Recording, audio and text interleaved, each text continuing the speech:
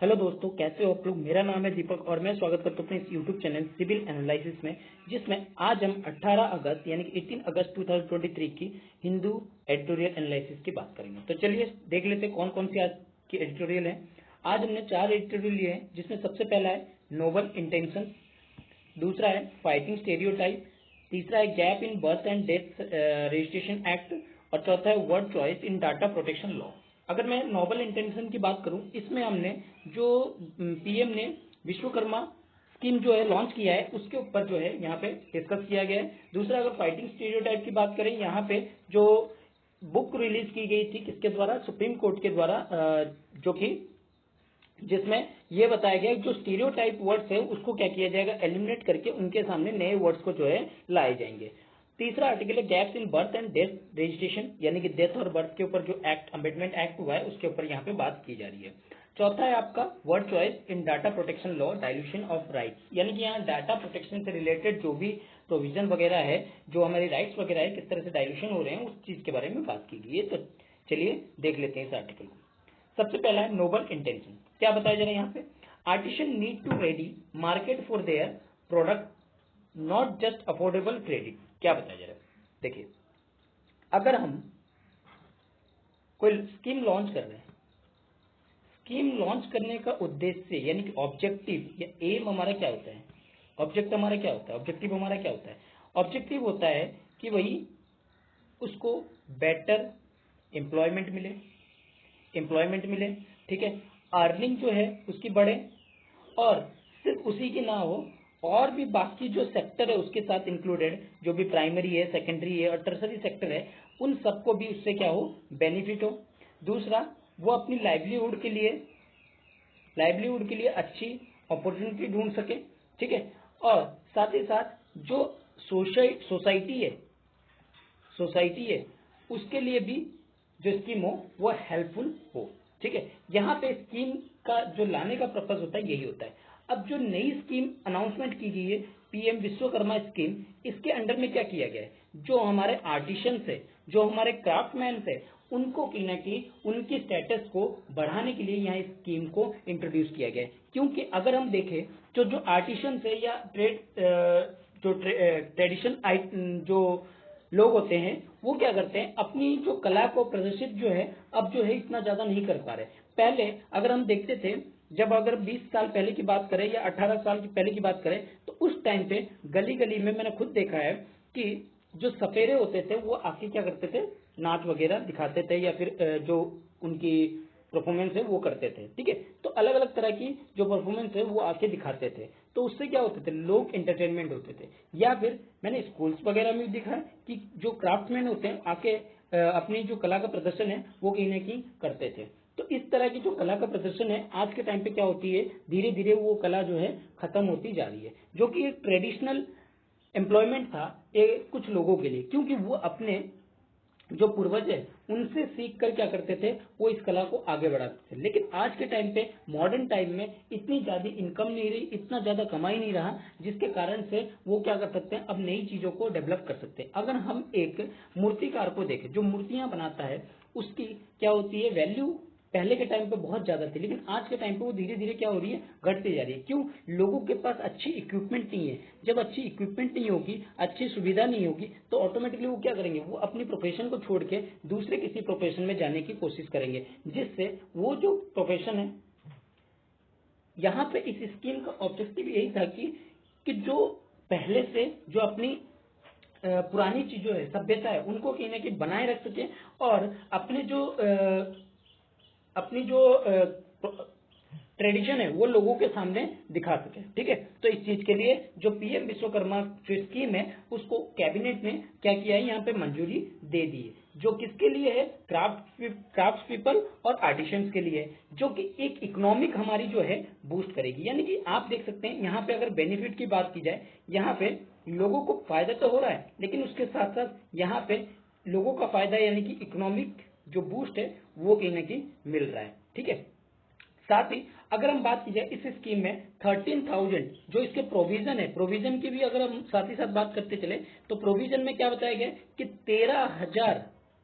13,000 जो है करोड़ जो है वो कहीं ना कहीं इसको इन क्राफ्ट्समैन को जो है प्रोवाइड की जाएगी। इसमें आउटलेट रखा गया है कितना, 13,000 करोड़ की, जिसमें लोन प्रोवाइड किया जाएगा अप टू 3 लाख। 3 लाख का लोन जो है, लोन कितने का, लोन आपका 3 लाख रुपीज का लोन जो है प्रोवाइड कर दिया जाएगा 2 ट्रेंचेस में। ठीक है, अगर इसकी इंटरेस्ट रेट की बात करें, ये कंसेशनल रेट में होगी जो 5% होगी, और इसमें कवर होगी कम से कम 18 ट्रेड्स, 18 ट्रेड्स को इसमें इंक्लूड किया जाएगा। अब 18 ट्रेड्स को अगर इंक्लूड किया जाएगा तो इनके अंदर जो स्किल्स है वो क्या होगी, कहीं ना कहीं और ज्यादा फैलेगी, यानी कि स्किल्स का स्प्रेड जो होगा वो और ज्यादा बढ़ेगा। तो इसके लिए ये स्कीम को जो है लॉन्च किया गया। आप देख सकते हैं toy maker, laundry man, barber, mention, coil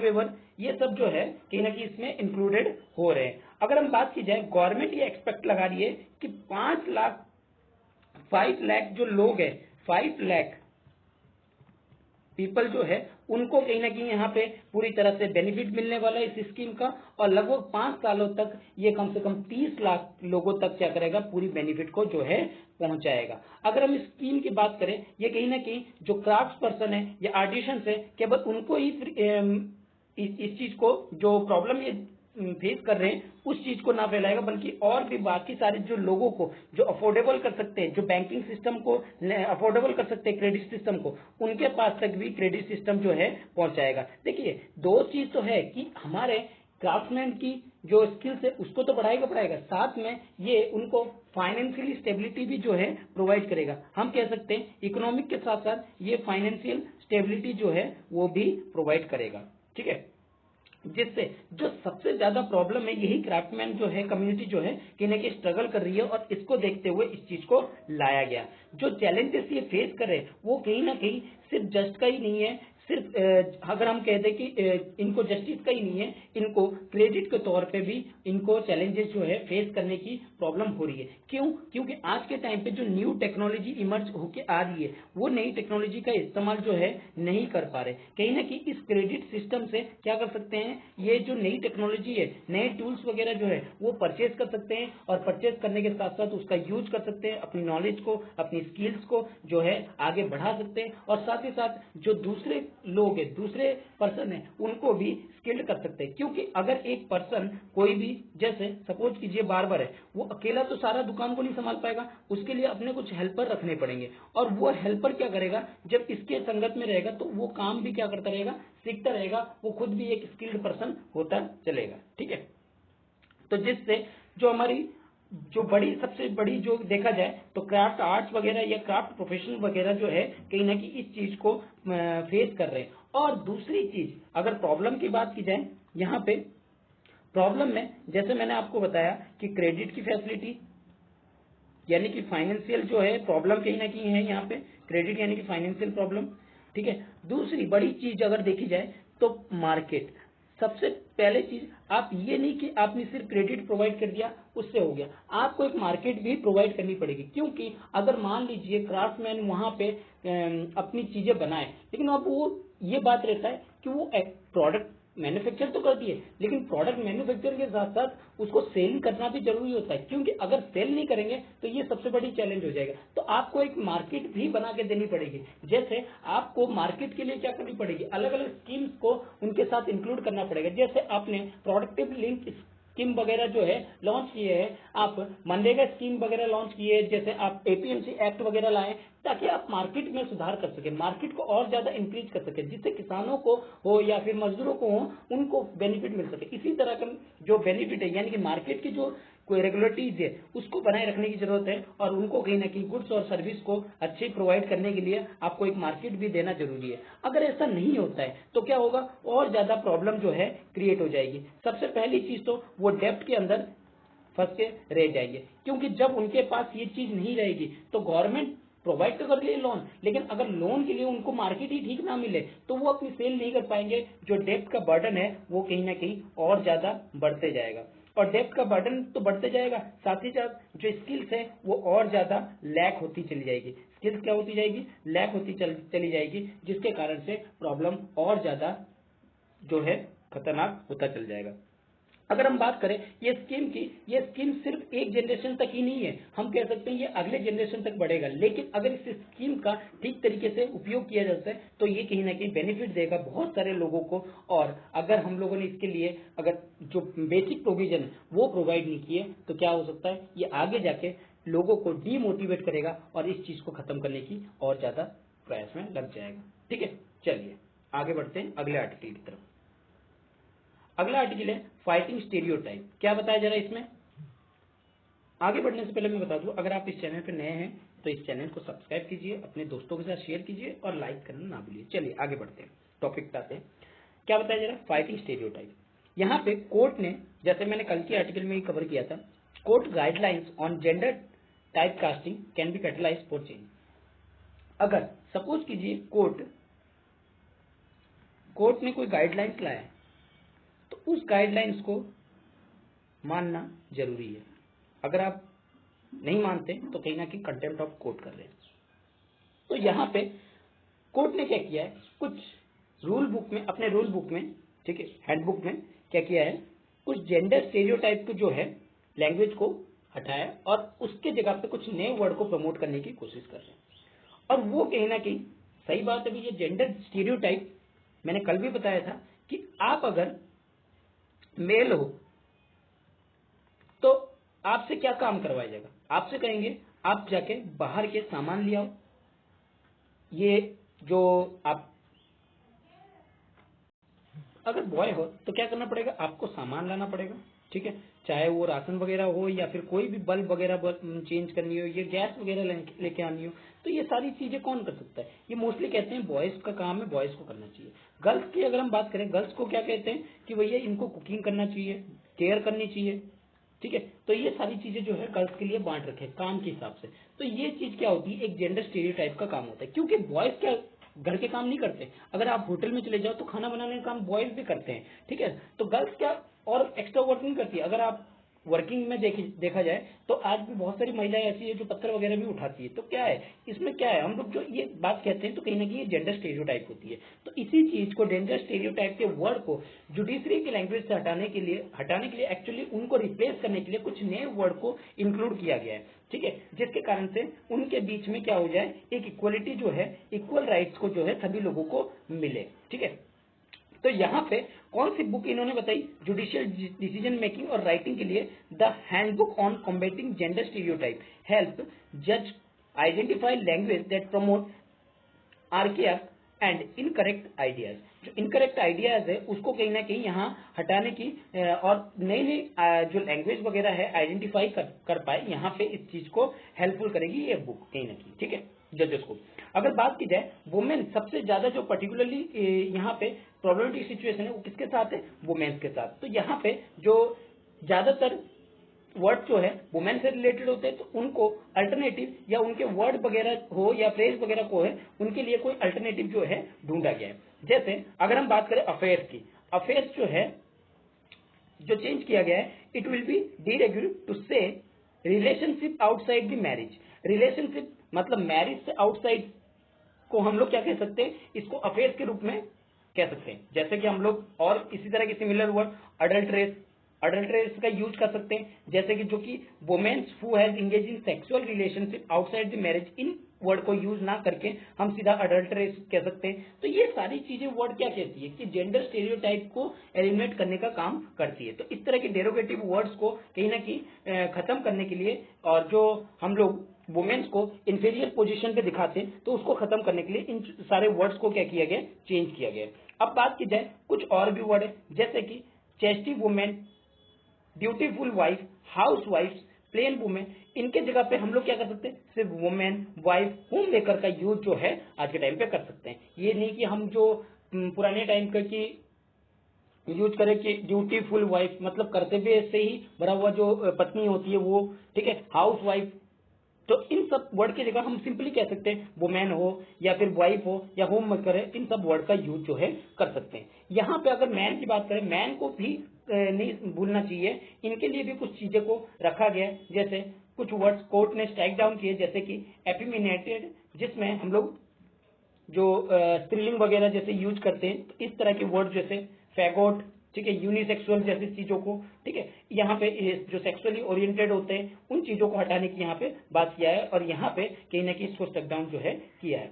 और इसके साथ साथ जो स्टीरियोटाइप की पॉइंटिंग है क्या दिखाती है, a set idea that people have about what someone या something is like, specially idea that is wrong. देखिए आज के टाइम पे हम लोग को जो आइडिया है उसको क्या रखनी है, ओपन माइंडेड रखनी है। ये नहीं कि हम सिर्फ एक ही पर्सन पे उसको थोपते रहे, एक ही जेंडर पे उसको थोपते रहे, तो ये सही नहीं है। एक इक्वलिटी लाने के लिए हमें क्या करनी पड़ेगी, दोनों के बीच की डिफरेंसेस को क्या करना पड़ेगा, हमें गैप को क्या करना पड़ेगा, कम करना पड़ेगा। और एक जेंडर स्टीरियोटाइप जो बना हुआ है जो हमारी सोसाइटी में, उसको खत्म करके जेंडर न्यूट्रलिटी की तरफ हमें क्या करनी पड़ेगी, बढ़नी पड़ेगी। क्योंकि बहुत सारी अगर हम बात करें इन्हीं सब कुछ वर्ड से हम लोग कह सकते हैं, जैसे आइडेंटिफाई किया गया कॉमन प्रिजम्पशन, जैसे कि सेक्सुअल हैरेसमेंट, असोल्ट, रेप, जो वायलेंस वगैरह है, कहीं ना कहीं इसको हम लोग हमेशा ये देखते हैं कि ये वुमेन के प्रति ही होता है। ये नहीं कि मैन के प्रति हम लोग देखते नहीं। हम लोग मोस्टली अगर हम कहेंगे सेक्सुअल हैरेसमेंट हुआ है तो इसका मतलब क्या है, सबसे ज्यादा हम कहते हैं कि वुमेन के जो प्रति है वो कहीं ना कहीं सेक्सुअल हैरेसमेंट हुआ है, इस तरह के वर्ड। तो ये सारी वर्ड जो है थोड़ी सी जो चीजें हैं वो कहीं जो चीजें कॉमन चीजें बन जाती है। जैसे सेक्सुअल हैरेसमेंट है, सेक्सुअल हैरेसमेंट हम ये भी कह सकते हैं कि भाई सेक्सुअल हैरेसमेंट जो है वो सिर्फ महिलाओं के साथ नहीं, पुरुषों के साथ भी, यानी कि मेल के साथ भी हो सकता है। ठीक है, अगर हम बात करें one of the stereotype code setter is women who do not wear traditional cloth, smoke, drink, asking for trouble, drive home, important to consent. क्या बताया जा रहा है कि जो स्टीरियोटाइप है, कोर्ट ने जो सेटर जो किया है वुमेन्स के लिए, वो ये नहीं देख के किया है कि वो किस तरह के कपड़े पहनते हैं, किस तरह की ट्रबल में है, किस तरह की जो ड्रिंक करते हैं, स्मोक करते हैं, इस चीज को नहीं। या फिर वो इंपॉर्टेंट ये चीज रखते हैं कि जो ये कहीं ना कहीं जो बाहर से हुई चीजें है, कहीं ना कहीं वो अंदर आके कोई पॉइंट जो होती है, जैसे आप बाहर में क्या कर रहे हो क्या नहीं कर रहे हो उसका कोई मतलब नहीं। अगर आप अंदर में आके घर में आके कुछ इस तरह की चीजें कर रहे हो तो वो कहीं ना कहीं पता लगती है। या फिर बाहर में रहते हो अगर कोई 10 लोग आपको कहते हैं तो वहां पे कहीं ना कहीं आपको सेम जो नेस जो है फील होती है। ठीक है, और इसके साथ ही इन्होंने वुमेन की जो sexually who are sexually assaulted may not be able to immediate report traumatic incident. कुछ ऐसे भी प्रॉब्लम होती है जो सेक्सुअली ट्रोमेटिक होती है, जो वुमेन जो है खुद नहीं बता सकती। Court should take social reality, court को यहाँ पे सोशल रियलिटी की बात की गई है। जो दूसरे चैलेंजेस है फैन जो वुमेन है वो फेस करते जो सीरियसली, उनको कहीं ना कहीं यहाँ पॉइंटेड आउट किया है। ठीक है, और साथ ही साथ जो कोर्ट ने इस चीज को भी ऐड किया है कि ये गलत नहीं है कि हम ये कह दें कि सिर्फ वुमेन जो है ओवरली इमोशनल होती है, इलॉजिकल होती है और अपनी डिसीजन नहीं ले सकती। लेकिन आज के टाइम पे ये सारी चीजें होती है भैया। आज के टाइम पे ये नहीं है कि आप वुमेन को कम समझ रहे हो, ये पहले के टाइम पे आप समझ सकते हो क्योंकि वो बाउंडेड होती थी, अपने घरों की चार दीवारी में बाउंडेड होती थी। उस टाइम पे हम कह सकते थे थोड़ी इमोशनली होती, इलॉजिकल होती थी। लेकिन आज के टाइम पे वुमेन जो है बाहर निकल रही है, आज दुनिया को समझ रही है, तो हम ये नहीं कह सकते कि वुमेन जो है पूरी तरह से, ये कहना गलत होगा कि ओवरली इमोशनल होती है, इलॉजिकल होती है, अपनी डिसीजन नहीं ले सकती। अगर ऐसा नहीं होता, अगर अपनी डिसीजन खुद नहीं ले सकती, तो इसका मतलब जो बच्चे वो पैदा करते हैं तो एक्चुअली उनके ऊपर कोई डिसीजन नहीं होता है, क्योंकि वो खुद ही इस चीज को डिसाइड करते हैं कि हमें अपने कितने जो बच्चे जो है पैदा करने, कैसे उनकी परवरिश करनी है, कैसे उनको स्कूल भेजना है, किस तरह की। तो ये सब डिसीजन कौन लेता है, ये वुमेन ही एक तरह की डिसीजन जो है वो लेती है। लेकिन अगर हम बहुत सारी पैट्रिकल सोसाइटी देखें तो गर्ल्स को फोर्स किया जाता है कि वो उनकी इच्छा अनुसार ही क्या करे, मैरिज करे, और often force to pick marriage as a way to avoid social stigma, जिससे वो सोशल स्टिग्मा से क्या कर सके, बच सके। और इसके कारण से क्या हो जाता है, उसकी एजुकेशन कभी कभी खराब हो जाती है, कभी कभी कैरियर भी खराब हो जाता है। ठीक है, क्योंकि उनको पैट्रिकल सोसाइटी में उस तरह की चीजों में ढाल दिया जाता है। जैसे एक वुमेन अगर सपोज कीजिए घर में ही उसके फादर ने क्या कहा कि आप जो है घर में बंद रहोगे और घर से ही आप एजुकेशन करोगे, तो इसका मतलब क्या है, घर से अगर आप एजुकेशन कर रहे हो इसका मतलब आप जो आउटसाइड जो इन्वायरमेंट है उसके साथ घुल मिल नहीं रहे हो। कहीं ना कहीं वो जो लड़की है वो आगे जाके इस तरह की सोशल स्टिग्मा से परेशान होकर एक टाइम पे अपने आप में एक सिचुएशन जो क्रिएट होगा उनके सामने, उनकी जो ट्रोमेटिकल जो सिचुएशन है वो काफी ज्यादा क्या हो जाएगी, बदतर हो जाएगी। ठीक है, तो ये सारी चीजों को बता रहा है। और ये चीजें ये नहीं कि हमें सिर्फ इसको खत्म करना है या राइट्स इक्वलिटी देना है, लेकिन हमें इसके साथ साथ कैटलाइज भी करना है कि ये आगे और लोगों तक भी फैले और लोगों को भी अवेयर जो है करे, जिससे कि जो सोशल स्टिग्मा है वो भी धीरे धीरे क्या हो, खत्म होते जाए। अगला आर्टिकल है word choice in data protection law A dilution of rights. क्या बताया जा रहा है? देखिए, बहुत दिनों से अगर हम बात करें, आगे पीछे होते होते हमने क्या किया, फाइनली डाटा प्रोटेक्शन लॉ को लेके आया। ये डाटा प्रोटेक्शन एक्ट जो है 2023 का जो है पास हो गया है, और ये कहीं ना कहीं एक स्मॉल स्टेप है एक बेटर इनर्सिया देने के लिए, या जो हम लोग अभी इतने दिनों से रुक रहे थे कि किस तरह की लॉ बनाई जाए, किस तरह की लॉ जो है हमारी प्राइवेसी को प्रोटेक्ट किया जाए, इस तरह की जो सिचुएशन है उसको कहीं ना कहीं क्या किया, धीरे धीरे इसको समझते हुए हमने क्या किया, इसको डाटा प्रोटेक्शन बिल को लेके आए, और डाटा प्रोटेक्शन बिल को कहीं ना कहीं यहाँ पे बताया गया। अगर हम बात की जाए in the search of an answer of this question, इन सारे क्वेश्चनों का आंसर ढूंढते हुए, किन सब क्वेश्चनों का, जो कि हमारा लॉ किस तरह से बनेगा, प्रोटेक्शन किस तरह से करेगा, हमारी डेली सिचुएशन को, हमारी रूटीन्स को, कैसे हमारी लाइफ को प्रोटेक्शन करेगा, ये सारी चीजें। तो यहाँ पे दो बेसिक फीचर्स कहीं ना कहीं जो कोई भी डाटा प्रोटेक्शन लॉ में आ रहा है। पहला है the use of protection with consent और विदाउट कंसेंट। तो क्या बताया जा रहा है, दो ही चीज आते हैं, कंसेंट से आप यूज कर रहे हो डाटा का, या फिर विदाउट कंसेंट से यूज कर रहे हो। यही दो चीज के ऊपर पूरी सारी आर्टिकल जो है बताया गया है कि आप डाटा का अगर किसी के कंसेंट से यूज कर रहे हो तो क्या सिचुएशन बनेगी, कि किसी के विदाउट कंसेंट से यूज कर रहे हो तो क्या सिचुएशन जो है बनेगी। ठीक है, अब यहाँ पे क्लासिकल प्रॉब्लम जो है डाटा प्रोटेक्शन का जो है स्टैंडर्ड क्या बताया जा रहा है, कंसेंट। कंसेंट के बारे में बताया जा रहा है, जब आप क्या करते हो, डाटा का यूज करते हो, क्या वो मैटर ऑफ चॉइस होता है, क्या आपके इच्छा के अनुसार वो हो रहा है। जैसे एग्जाम्पल के लिए, जैसे आप इंटरनेट में कोई भी एक्टिविटी करते हो, जैसे आपने कोई एग्जाम की, या फिर कोई आपने कोर्स खरीदने के लिए या बुक खरीदने के लिए वो इंटरनेट पे कोई गूगल में सर्च किया कि ये बुक की प्राइस क्या है, ये चीज है, तो इंटरनेट पे वो एक्टिविटी की है। अब वो एक्टिविटी क्या होता है, वो आपको कुछ टाइम के बाद अलग अलग साइट्स पे दिखने लगती है, या आपने कोई ड्रेस सिलेक्ट किया तो वो अलग अलग साइट्स पे क्या होती है, ड्रेस जो है आपको दिखाने लगता है। तो ये इससे क्या होता है, इससे जो वो ऐप होता है या फिर वो साइट्स होती है, वो क्या करती है, आपके रिलीजन, आपके खाने से आपके रिलीजन के बारे में पता लगा लेती है, आपकी फिजिकल एक्टिविटी से आपकी हेल्थ के बारे में पता लगा लेती है, और आपकी जो प्रेफरेंस होती है उससे आपकी मूवी की प्रेफरेंस होती है उससे आपकी सेक्सुअलिटी की जो है पता लगा लेती है। ये क्या है, कंसेंट है या विदाउट कंसेंट है, एक कंसर्न जो है बना हुआ रहता है। अगर हम बात करें, कभी कभी हम लोग अपने मोबाइल फोन का भी यूज करते हैं बिजनेस के लिए, जैसे कि कुछ परचेज वगैरह करना हो उस चीज पे, तो but do not want to bombard with marketing calls. लेकिन अब उसके बाद क्या होता है, जैसे हमने मोबाइल फोन यूज कर लिया तो इसका मतलब क्या हुआ, उसके बाद हमारे ऊपर कॉल पे कॉल आने लगते हैं, मार्केटिंग कॉल्स आने लगते हैं कि आप ये LIC ले लो, आप ये पॉलिसीज ले लो, आप ये चीज ले लो, आप वो गेम खेल लो, आपको इतने लखपति बना देंगे, आप ये प्लॉट ले लो। इस तरह की चीजें जो है आने लगेगी। ये सारी चीजें कहाँ से आती है, ये सब चीजें कैसे आती है, ठीक है, इन चीजों के बारे में बताया गया है। अगर हम बात करें, एक्सपीरियंस करें पूरे 10 साल की, तो इंडिया में और जो बाकी जो जुडिशन क्या कहते हैं कि इनके लिए कोई स्टैंडर्ड सिचुएशन होनी चाहिए, even minimal data protection law must be address, जिससे कि जो डाटा प्रोटेक्शन है वो कहीं ना कहीं एड्रेस हो सके। अगर हम बात करें how the Indian new law deal with such problem, अब ये जो नई लॉ लेके आई है ये किस तरीके से ये जो सिचुएशन है उसको, ये जो प्रॉब्लम है उसको किस तरह से डील करेंगे, इस चीज के बारे में बात की जाएगी। यहाँ पे दो रेलिवेंट प्रोविजन जो है एक्ट में लाया गया, ठीक है। पहला क्या बता रहा है, that you should be properly informed about what you agree to and only clear positive action by you, यानी कि will be taken to indicate consent. देखिए, पहला क्या बताया जा रहा है कि एक ये कहते हैं कि आपको प्रॉपरली इन्फॉर्म करना चाहिए कि आप इन चीजों के लिए एग्री हो या नहीं हो, और क्लियरली पॉजिटिव एक्शन होना चाहिए आपके द्वारा कि आप अपनी कंसेंट जो है आप पूरी तरह से दे रहे हो, यानी कि अगर मैं ये यूज कर रहा हूं तो इसका मतलब मेरी पूरी प्रॉपर अपनी कंसेंट होनी चाहिए कि हाँ भाई मैं इस चीज प्रोडक्ट को यूज कर रहा हूं, आप इस चीजों को डाटा का जो है यूज कर सकते हैं। यानी कि सपोज कीजिए मैंने एक जींस जो है खरीदा, जींस मैंने प्रोडक्ट देखा किसी साइट पे, ठीक है, XYZ साइट पे मैंने उस प्रोडक्ट को देखा। अब वो प्रोडक्ट मुझे खरीदना है, उसके लिए क्या किया, मैंने उस टाइम पे परचेस नहीं किया, लेकिन वहां मैंने साइट को विजिट किया।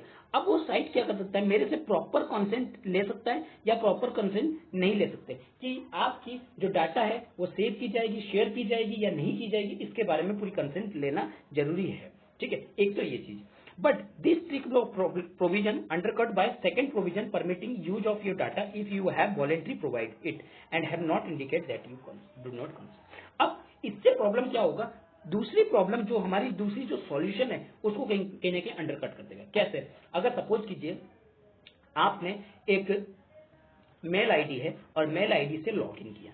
अब वहां पे क्या होता है, आपसे मांगता है कि सेव द डाटा। अगर आप कंसेंट बार बार देते रहेंगे तो वो क्या करेगा, सेव करेगा क्या? नहीं करेगा। आपसे कहेगा कि अगली बार जब आप साइट पे विजिट करेंगे तो वहां पे फिर से आपको अपनी इंफॉर्मेशन डालनी पड़ेगी। हम लोग यही चीज तो करते हैं। हम लोग क्या करते हैं, इरिटेट हो जाते हैं कि भैया हमें बार बार अगर हमें अपनी ईमेल आईडी पासवर्ड देना पड़ेगा तो हम इरिटेट हो जाते हैं। तो उसके लिए क्या करते हैं, ईमेल आईडी वगैरह हमारी सेव कर देते हैं, जिसके कारण से हमारी जो है उस पीसी हो या लैपटॉप हो या मोबाइल फोन हो, आपके जिसमें भी ब्राउजर हो, उसमें क्या होती है, सेव हो जाती है। ठीक है, और सेव होने से हमें ज्यादा परेशानी नहीं होती है। तो वो क्या होती है, अगर हम लोग इसको विदाउट कंसेंट कर देंगे तो ये प्रॉब्लम कहीं ना कहीं हमें देखने को मिलेगी। ठीक है, जो वॉलेंट्री प्रोवाइडेड है वो कहीं ना कहीं हमें ठीक तरीके से इंडिकेट नहीं होगा, क्योंकि हमने उसके ऊपर तो कंसेंट दिया ही नहीं है। ठीक है, जो चॉइस ऑफ वर्ड है हमें ये कहती है, if you have not indicated refusal, government and business can assume your consent of various use without notifying you।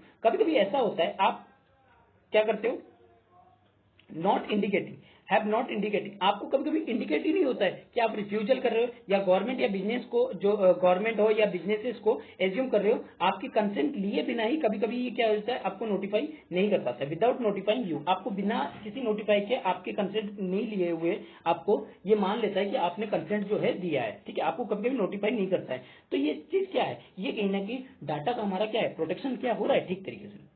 ठीक है, तो यही सारी चीजों को यहाँ पे बताया जा रहा है। After all provide is not, provide का मतलब, अगर जैसे कहीं पे वर्ड लिखा होता है प्रोवाइड, प्रोवाइड का मतलब ये नहीं होता कि आप उस डाटा को शेयर करो या फिर आप ट्रांसफर करो। ये चीज वर्ड ये डिस्क्राइब नहीं करती है, और ये एम्बिग्यूट कहीं ना कहीं ये रिजल्ट दिखाता है कि कंफ्यूजन है in code as well as business uncertainty about the correct standard for consent. तो आपको करेक्ट यहाँ पे कहीं ना कहीं कोड का ये तरीका, कोर्ट का ये काम होना चाहिए कि वो इस चीज को समझाए और करेक्ट करे, करेक्ट स्टैंडर्ड जो लाए, ये कंसेंट का मतलब जो है वो क्या है। ठीक है, एक्चुअली में अगर हम बात करते हैं कन्वीनियंस, नॉट नेसेसरी। ठीक है, क्या बताया जा रहा है, it should be apparent however that personal data can not be always used with consent. जो हमारी पर्सनल डाटा है वो हमेशा यूज नहीं होती हमारी कंसेंट से।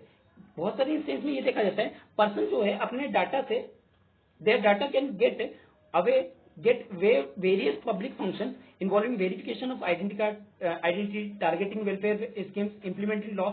इन सब के लिए हमें कभी कभी पर्सन जो है अपनी चॉइसेस जो है, पर्सन का जो चॉइस है वो इन डाटा के ऊपर क्या होता है, अलग अलग फंक्शन है, जैसे पब्लिक फंक्शन हो गया या वेरिफिकेशन हो गया, इन पे कहीं ना कहीं इंप्लीमेंट होती है और ये अपनी बेनिफिट लेने के लिए आगे बढ़ते हैं। और ये फंक्शन कहीं ना कहीं मिस रिप्रेजेंटेट करते हैं या विथहोल्ड करते हैं इंफॉर्मेशन को हमारे।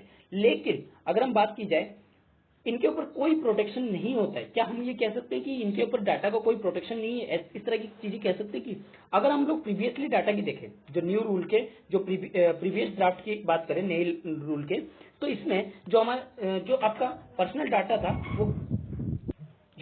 था, वो कहीं ना कहीं विदाउट कंसेंट से यूज किया सकता है, आपको जरूरी हो या नहीं जरूरी हो। लेकिन गवर्नमेंट इसको लीगली तौर पे क्या कर सकती थी, यूज कर सकती थी। अगर आपकी इमरजेंसी हो या लीगली रिक्वायरमेंट हो तो वहां पे यूज कर सकती थी। और ये डाटा फ्यूडिसी कहीं ना कहीं डेमोन्स्ट्रेट करती थी कि आप they are not feasible alternative to collecting या using information in manner they had. जो इस डाटा से वो यूज कर रही है वो कोई फिजिबल हो या ना हो, इसके अल्टरनेटिव में ये यूज कर रही है। ठीक है, अगर हम बात करें सबसे पहले कि डाटा हमारे टाइम पे, आज के टाइम पे इंपॉर्टेंट है, लेकिन डाटा का कंसेंट कहीं ना कहीं यहाँ जरूरी है। कंसेंट अगर नहीं हो तो यहाँ पे कुछ चीजों में कंसेंट लेना जरूरी है, कुछ चीजों पे कंसेंट नहीं लेना जरूरी है। अगर कंसेंट लेते हैं तो वो हमारी ये चीज होनी चाहिए कि हमारी जो डाटा है कहीं ना कहीं प्रोटेक्शन होनी चाहिए। आप नहीं कि ये नहीं कि आप किसी भी उस डाटा को इस्तेमाल करके दूसरे एरिया में प्रोवाइड कर रहे हो। अगर वहीं पे यहाँ पे बहुत सारी और भी चीजें बताई गई, जैसे प्राइवेसी से रिलेटेड, जैसे प्राइवेसी विल ऑलवेज बी लो पीरियोडिटी,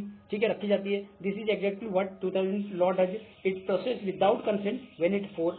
अगर जरूरी है तो वो लेजिटिमेट तरीके से वो यूज कर सकते हैं। तो इस तरह की चीजें जो है बताई गई है। ठीक है, तो ये सारी चीजें बताई गई है। अगर आप फाइंड आउट करते हो data being used, you will not have to right to get incorrect data, correct unnecessary data erase.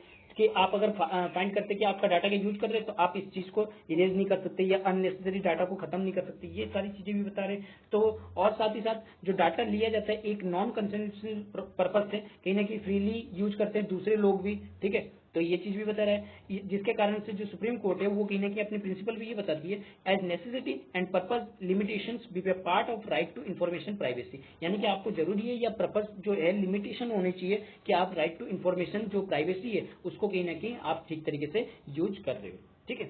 और ये आज के टाइम पे बहुत बड़ा कंसर्न बना हुआ है, सर्वलाइंस रिफॉर्म्स हो गया, रेगुलेटरी स्ट्रक्चर हो गया, फ्री स्पीच है, ये कहीं ना कहीं डील करती है आपके राइट टू इन्फॉर्मेशन और फ्री स्पीच से, ठीक है। अगर हम दूसरी तरफ बात की जाए, जो इश्यूज इसमें डिस्क्राइब की गई लीगल टेक्निकल की, जो कि फैक्ट ये दिखाते हैं, consciousness policies choice substantial diluted rights that otherwise have been provided for, ठीक है। तो ये सारी चीजें जो है इसमें इंक्लूडेड किया गया है, और इसमें ज्यादा क्योंकि ये इनके पर्सनल व्यूज है तो इसमें हम लोग ज्यादा कह नहीं सकते, ठीक है।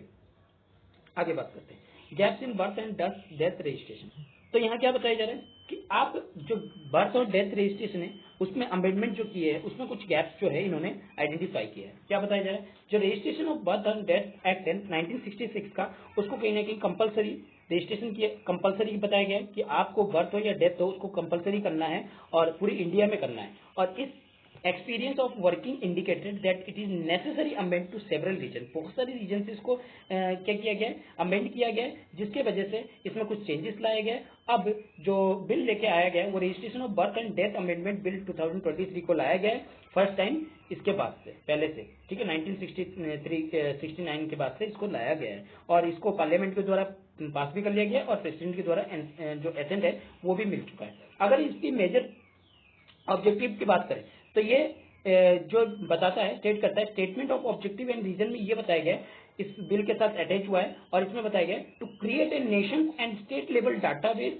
Registered birth and death with updating other database resulting efficiency and transparency deliver public service and social benefit. क्या बताया गया कि जो आपके स्टेटमेंट ऑफ ऑब्जेक्टिव और रीजन में ये जो इंक्लूडेड किया गया है, बिल में अटैच किया गया है, इसमें बताया गया कि ये नेशन और स्टेट लेवल पे क्या करेगा, डाटाबेस को जो रजिस्टर बर्थ है या डेथ है उसको रजिस्टर करेगा, रजिस्टर करने के बाद एक डाटाबेस बनाएगा, उसका हेल्प जो है वो अपडेटिंग करेगा, जिसके कारण से जो इफिशियंसी और ट्रांसपेरेंसी जो पब्लिक सर्विस हो और या फिर सोशल बेनिफिट हो वो पूरी तरह से लोगों को डिलीवर हो सके ठीक तरीके से। अगर यहाँ पे डाटाबेस बनाने की बात की गई है तो क्या चीज है, इसके लिए जो बिल है उसको कहीं ना कहीं कंपलसरी करना पड़ेगा, रजिस्टर जनरल ऑफ इंडिया को क्या करना पड़ेगा, इसको मेंटेन करना पड़ेगा, किस लेवल पे, नेशनल लेवल पे बर्थ और डेथ को। और अगर हम लोग स्टेट लेवल की बात करें तो कहीं ना कहीं यहाँ पे जो chief register birth and death chief registered है उसको कहीं ना कहीं स्टेट लेवल पे यहाँ पे मेंटेन करना पड़ेगा स्टेट डाटाबेस को, ठीक है, जिसके कारण से अलग अलग जो पोर्टल है वो कहीं ना कहीं अप्रूव होगी, किसके द्वारा, रजिस्टर्ड और जनरल ऑफ इंडिया के द्वारा। ये क्या होगा, ये डाटाबेस कहीं ना कहीं इंफॉर्मेशन को अपडेट करेगा, नेशनल पॉपुलेशन जो भी है, हमारे आधार कार्ड के डाटाबेस को, इलेक्टोरल रोल्स को या राशन कार्ड को, पासपोर्ट को या दूसरे डाटाबेस के जो नेशनल लेवल पे हो उसको क्या करेगा, ये नोटिफाई करेगा। अगर हम बात करते हैं बर्थ की बात करते हैं इन केस ऑफ बर्थ में, तो हमारा क्या होता है, जो अमेंडमेंट है वो कहीं ना कहीं प्रोवाइड करेगा जो कलेक्शन है आधार नंबर को, किससे, उसको पेरेंट्स से, और nothing is mention about Aadhaar number for disease. देखिए बर्थ के टाइम पे तो आप आधार कलेक्ट कर रहे हो, ठीक है, बर्थ के टाइम पे तो आधार जो है आप किसका कलेक्ट कर रहे हो, पेरेंट्स का कलेक्ट कर रहे हो, लेकिन अगर डेथ होती है तो डेथ के टाइम पे आप आधार कलेक्ट नहीं कर रहे हो, तो इसका मतलब आप उस डाटा को कहीं ना कहीं रिमूव नहीं कर रहे हो, ठीक है, इस चीज की बात बता रहे हैं। अपडेटिंग में भी database required removing the name disease person from database, जिसके कारण से जो अपडेटिंग है वो कहीं ना कहीं डिसीज पर्सन की वो रिमूव होने में थोड़ी सी प्रॉब्लम हो सकती है। अगर आधार नंबर अगर कहीं ना कहीं डिसीज पर्सन का कलेक्ट नहीं हो रहा है तो उस केस में तो ये इम्पॉसिबल है कि हम लोग जो ऑब्जेक्टिव हमने कहना चाहते हैं कि वो हम लोग जो वेलफेयर स्कीम है या फिर जो सोसाइटल बेनिफिट है वो लोगों तक पहुंचाना चाहते हैं, वो कहीं ना कहीं पहुंचने में प्रॉब्लम होगी, क्योंकि हमें जो डाटा है वो कहीं ना कहीं बढ़ते हुए नजर आएंगे अगर आप डिसीज पर्सन को वहां से इरेज नहीं करोगे तो, ठीक है। तो और क्या बताया जा रहा है, हमें कहीं ना कहीं यहाँ पे सेंट्रल और स्टेट की जो डाटाबेस है उसको कहीं ना कहीं जरूरत है और वो प्रॉपर तरीके से होना चाहिए। जो रजिस्टर हायरार्की है वो कहीं ना कहीं रिस्पॉन्सिबल होना चाहिए स्टेट गवर्नमेंट की, और साथ ही साथ रजिस्टर जनरल ऑफ इंडिया की भी कहीं ना कहीं वो क्या करे, एक दूसरे के साथ कोऑर्डिनेशन करे और यूनिफिकेशन करे, जिससे कि जो रजिस्ट्रेशन सिस्टम हो वो क्या हो, और ज्यादा स्ट्रांग हो। इसमें अगर हम मेंटेनेंस की बात करते हैं, सेंट्रल डाटाबेस की अगर मेंटेनेंस की बात करें, इसमें हम लोग रजिस्टर जनरल ऑफ इंडिया के जो फंक्शन है उसको क्या किया जाएगा, ऐड किया जाएगा। चीफ रजिस्ट्रार जो है वो कहीं ना कहीं एग्जीक्यूटिव अथॉरिटी है, जिसके कारण से जो रजिस्ट्रेशन है बर्थ का या डेथ का, उसको स्टेट में क्या करेगा, उसको रजिस्टर करने का काम करेगा। और ये जरूरी है क्योंकि डाटाबेस हमारे लिए बहुत इफिशियंटली है डिलीवर होने के लिए। कोई भी सर्विस हो, चाहे वो बर्थ के लिए हो, चाहे वो डेथ सर्टिफिकेट के द्वारा हो, हम क्या कर सकते हैं, उसके कारण से हम लोग जो भी अपनी सर्विसेज है वो प्रोवाइड कर सकते हैं। अगर हम नेशनल डाटाबेस की बात करें, वो कहीं ना कहीं going to be nothing but collection of state database except same data item some state may be have addition national data prescribed by registered of India। देखिए अगर नेशनल डाटाबेस की बात करें, वो भी वही चीज होता है जो स्टेट के लेवल पे कलेक्ट किया जाएगा, क्योंकि वो तो अलग चीज होगा नहीं, क्योंकि स्टेट के लेवल पे जब कलेक्ट होगा तो उसको आइडेंटिफाई करेगा, उसको आइडेंटिफाई करने के बाद रजिस्टर जनरल ऑफ इंडिया एक नेशनल डाटाबेस बनाएगा जिसमें उन सारी चीजों को ऐड किया जाएगा। और इसके साथ ही अगर अथॉरिटी ये मेंटेन करना चाहिए कि दूसरे डाटाबेस को कहीं ना कहीं इंफॉर्मेशन जरूरत हो, जैसे कि बर्थ का या डेथ का, तो ये पॉसिबल हो सकता है कि वो डिजाइन करे एक सिस्टम को जहां पे ये डाटा जो है फ्लो हो सके और उनके डाटाबेस को जो डेली बेसिस पे हो या रियल टाइम बेसिस पे उन स्टेट लेवल पे डाटाबेस को यूज किया जा सके। अगर हम रजिस्टर जनरल की बात करें, वहां जरूरी है कि स्पेसिफिक करे कि वो स्टैंडर्ड ऑफ डाटा स्ट्रक्चर को और ट्रांसफर करे प्रोटोकॉल्स को, किस तरह से हमें प्रोटोकॉल को अप्लाई करना चाहिए ताकि हम डाटा को क्या कर सके, ट्रांसफर कर सके एक डिपार्टमेंट से अलग डिपार्टमेंट तक, या फिर कहीं भी जरूरत होती है तो उस डिपार्टमेंट में क्या प्रोटोकॉल होनी चाहिए, उस चीज को फॉलो करनी चाहिए। तो उसके लिए क्या नेशनल लेवल पे डाटाबेस बननी चाहिए, तो ये चीज बात की जा रही है। अगर डाटाबेस की बात करें, ये कहीं ना कहीं सेंट्रल लेवल पे बात करता है, जिसके कारण से अथॉरिटी जो होती है डीलिंग करती है इसकी मेंटेनेंस और प्रिपेयरनेस ऑफ डाटा बेस की। अगर जिसमें आपके आते हैं population registered, electoral roll, Aadhaar number, ration card, passport, driving licence, property registration, ये सारी चीजें कहीं ना कहीं नेशनल लेवल की डाटाबेस है और ये कहीं ना कहीं नोटिफाइड होनी भी चाहिए। अगर हम अथॉरिटी की बात करें, ये कहीं ना कहीं हमें इंफॉर्मेशन देगी, इन्फॉर्म करेगी from the database of registration of birth and death, जिसके कारण से अपडेट होगी डाटाबेस को, जिससे अगर अपडेट होगी तो ये क्या होगा, दूसरे डिपार्टमेंट जो है इसकी अच्छी तरह से यूज कर सकते हैं। जैसे राशन कार्ड के डिपार्टमेंट में अगर सपोज कीजिए कोई पर्सन डिजीज हो जाता है, तो वो क्या होगा, उस जो उसकी जो बेनिफिट है उसको क्या किया जाएगा, वहीं पे ही खत्म किया जाएगा। उस बेनिफिट का इस्तेमाल हम दूसरे लोगों पे कर सकते हैं, जिससे जो ट्रांसपेरेंसी है वो काफी ज्यादा आएगी और सोशल जो हम लोग फेसेस कर रहे हैं, सोशल प्रॉब्लम जो फेस कर रहे हैं उसको फेस करने में प्रॉब्लम जो है कम होगी। अगर हम वही बात करें, जो लॉ है या एग्जीक्यूटिव ऑर्डर है उसको it required amendment in the law and executive order under they are maintained। अगर हम इसको अभी अपडेट करने के लिए क्या जरूरी है कि अमेंडमेंट करना होगा आप इस लॉ को या एग्जीक्यूटिव ऑर्डर को इसके मेंटेनेंस के लिए। अगर हम रजिस्ट्रेशन बर्थ डेथ की एक्ट अमेंडमेंट एक्ट की बात करें, ये केवल इनेबल नहीं करता कि प्रोविजन की आप इंफॉर्मेशन को शेयर करो डाटाबेस से, ये आपकी even that may not be necessary birth and death registration consider public document. और ये जरूरी नहीं है कि आप ये क्या नाम है बर्थ और डेथ रजिस्ट्रेशन को पूरा कंसीडर करो पब्लिक डॉक्यूमेंट पे, ठीक है, ये जरूरी नहीं है पूरी तरह से। अगर हम बात करें, जैसे सपोज कीजिए एक पर्सन जो है डेथ हो गया किसी हार्ट अटैक से, ये जरूरी नहीं है कि आप उसको पूरी तरह से पर्सन को ये आइडेंटिफाई करो कि भैया ये आदमी जो मरा है वो हार्ट अटैक से ही मरा है। आपको ये नहीं लिखना, आपको ये सर्टिफिकेट आप कैसे प्रोवाइड करोगे, आप ये सारी चीजें नहीं इंक्लूड नहीं करोगे कि ये इसकी जो मौत ये ऐसे हुई है, ऐसे हुई है, ऐसे हुई है। आपको सिर्फ नॉर्मली आपको डाटाबेस में ये रखना है कि ये पर्सन जो है आपका अभी बर्थ लिया है, इस डेट को बर्थ लिया है, इस डेट में डेथ किया है, या इस बर्थ में जो है जन्म लिया है, ये सारी चीजें आपको रखनी पड़ेगी। अगर हम लिस्टिंग करें कुछ फ्यू डाटाबेस की, तो उससे पाया गया कंसिडर बाय द पार्लियामेंट, उसको कहीं ना कहीं पार्लियामेंट ने कंसिडर किया और फ्यूचर एडिशन के लिए उसको गवर्नमेंट के ऊपर छोड़ दिया गया, जिससे कि पार्लियामेंट उस पर काम करेगी। अगर हम न्यू एडिशन लिस्ट की बात करें, इसको ये कहीं ना कहीं ज्यादा डेंजरस होगी, क्योंकि देखिए कुछ चीजें अगर अभी जो हो सकता है एक्चुअली उसको करोगे तो ज्यादा बेटर है, ठीक है। फॉर एग्जाम्पल, जैसे government can now decided list of women whose third और हायर ऑर्डर बर्थ, यानी कि जो थर्ड और हायर ऑर्डर के बर्थ को जो है उसको क्या किया, आइडेंटिफाई किया।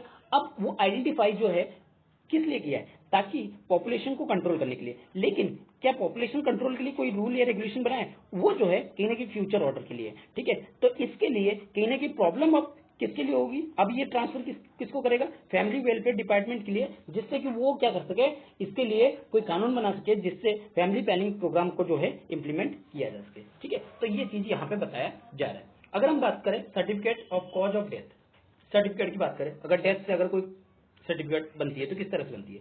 जो स्टेट गवर्नमेंट है वो डिसाइड करती है कि कॉज ऑफ डेथ क्या है, वो स्टेट गवर्नमेंट डिसाइड करती है और इशू करती है मेडिकल प्रैक्टिशनर को, जो कि अटेंड करता है कि एक डिसीज पर्सन है वो किस वजह से मरा है, कैसे मरा है, उसकी डेथ रिपोर्ट जो है वो तैयार करता है। अगर हम एरिया या हॉस्पिटल की बात करें, वो भी सर्टिफिकेट जो है मैंडेटरी है कि आप उस एरिया में रह रहे हो, किस वजह से आप डेथ हुई है, ये कहीं ना कहीं मेडिकल इंस्टीट्यूशन से कहीं ना कहीं आपको बताना पड़ेगा। मैंडेटरी है, varies across the state but generally restriction to death medical institutions.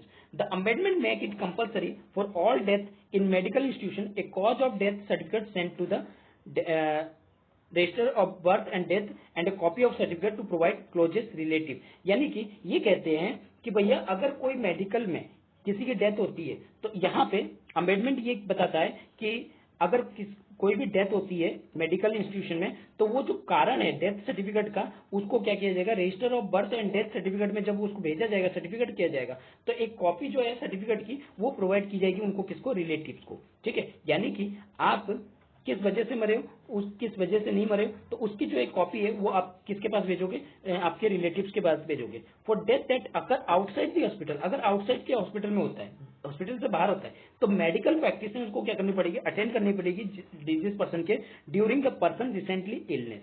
जब वो पर्सन अगर रिसेंटली इलनेस हुआ है, यानी कि कोई बीमारी हुई है, तो उस कारण से वो क्या करेगा, इशू करेगा एक सर्टिफिकेट को, जो एक प्रॉब्लम सिचुएशन बन सकती है। क्या क्या अलग अलग सिचुएशन जो है बन सकती है, देखते हैं। देखिए, सबसे पहले तो देखिए, अगर कोई पर्सन आउटसाइड द मेडिकल है, तो अभी वो क्या है, किस वजह से मरा है, उस प्रैक्टिशनर को पता होगा कि वो जो इलाज कर रहा होगा। ठीक है, तो वो क्या करेगा, इशू करेगा उस सर्टिफिकेट को। लेकिन उसके साथ बहुत सारी प्रॉब्लम क्या आएगी, सबसे पहले तो मेडिकल प्रैक्टिशनर जो है वो हमेशा तो आएगा ही नहीं आपके पास, ठीक है, डायग्नोसिस करने के लिए, जो पर्सन जो है डाइट करेगा, तो ये एक प्रॉब्लम है। दूसरी, अगर डेथ होता है किसी भी कारण से, तो वर्ल्ड हेल्थ ऑर्गेनाइजेशन की रिकमेंडेशन क्या है कि आप उसको death that is been used in conformity with the World health Organization, क्या बताया जा रहा है, जो फॉर्म ऑफ कॉज है, जो कारण है, रीजन है, उसको क्या करना पड़ेगा, यूज करना पड़ेगा, being used are in conformity, world health organization के हिसाब से आपको कन्फर्मिटी करनी पड़ेगी।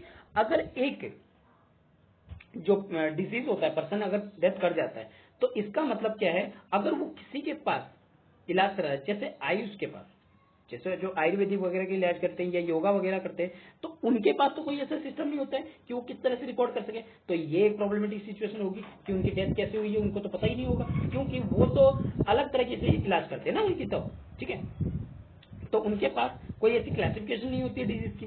तीसरा, अगर कोई person under treatment of certain disease, अगर कोई डिजीज सर्टेन डिजीज में वो ट्रीटमेंट चल रहा है और वो मर जाता है, तो entirely different cause outside the medical facility, अगर वो बाहर किसी मेडिकल फैसिलिटीज से है, जब medical practitioner was not available for consultation, तो वहां पे अगर वहां पे कोई मेडिकल प्रैक्टिशनर ही ना हो कंसल्टेशन के लिए, तो ये एक प्रॉब्लमेटिक सिचुएशन बन जाएगा। तो कैसे वो इस चीज को सर्टिफाइड करेगा, ये एक प्रॉब्लम सिचुएशन बन जाती है। चौथी चीज, सेक्शन 17 ऑफ एक्ट क्या कहता है, रोकता है inclusion of cause of death, यानी कि तुम जो डेथ का कॉज है उसको सर्टिफिकेट में इशू नहीं करोगे, मैंडेट नहीं करोगे। इट इज से दैट जो कॉज है डेथ की वो सर्टिफिकेट करोगे, आप किसको दोगे, रिलेटिव्स को, जो डिजीज हुए, यानी कि जो डेथ कर गए हैं उनके रिलेटिव्स को क्या करोगे, आप ये सर्टिफिकेट जो है प्रोवाइड करोगे। और ये कहीं ना कहीं कॉन्ट्रैडिक्ट करेगा कि आप डेथ कर रहे हो और उसको रजिस्टर भी कर रहे हो, तो ये एक इशू जो है मेडिकल प्रैक्टिशनर के लिए बन भी जाता है कि वो किस तरह से इसको हैंडल करे। ठीक है, अगर हम बर्थ और डेथ सर्टिफिकेट की बात करें, तो ये कहीं ना कहीं प्रोवाइड करता है कि बर्थ सर्टिफिकेट केवल ही केवल एक्सेप्ट किया जाएगा प्रूफ ऑफ डेथ और प्लेस ऑफ बर्थ के हिसाब से, पर्पज ऑफ, जैसे कि आपके school admission issue, passport issues, Aadhaar number, इन सब के लिए। अगर हम बात करें इस, ये कोई जरूरी नहीं है कि जो अमेंडमेंट हुआ है इस एक्ट में या कोई अदर एक्ट में, ये जरूरी नहीं है कि जरूर इन सब चीजों के लिए जरूरी है। It is possible to achieve through amendment in the rule relating through data even executive order, ये एग्जीक्यूटिव ऑर्डर के थ्रू भी लाया जा सकता है, इनमें अमेंडमेंट करने की कोई जरूरत नहीं थी। ये सारी चीजों को बताया जा रहा है। एग्जाम्पल के लिए, while applying passport it is compulsory है कि आपको बर्थ सर्टिफिकेट जो है जरूरी है। ठीक है, लेकिन क्यों, क्योंकि जो जनवरी 26 1980 के बाद जो जन्म हुए हैं उन्हीं का ही वो रिलीवेंट रूल के हिसाब से लिया जाएगा। जो प्रेजेंट गवर्नमेंट है उसने कहीं ना कहीं इस रिक्वायरमेंट को हटा दिया है 2016 के हिसाब से।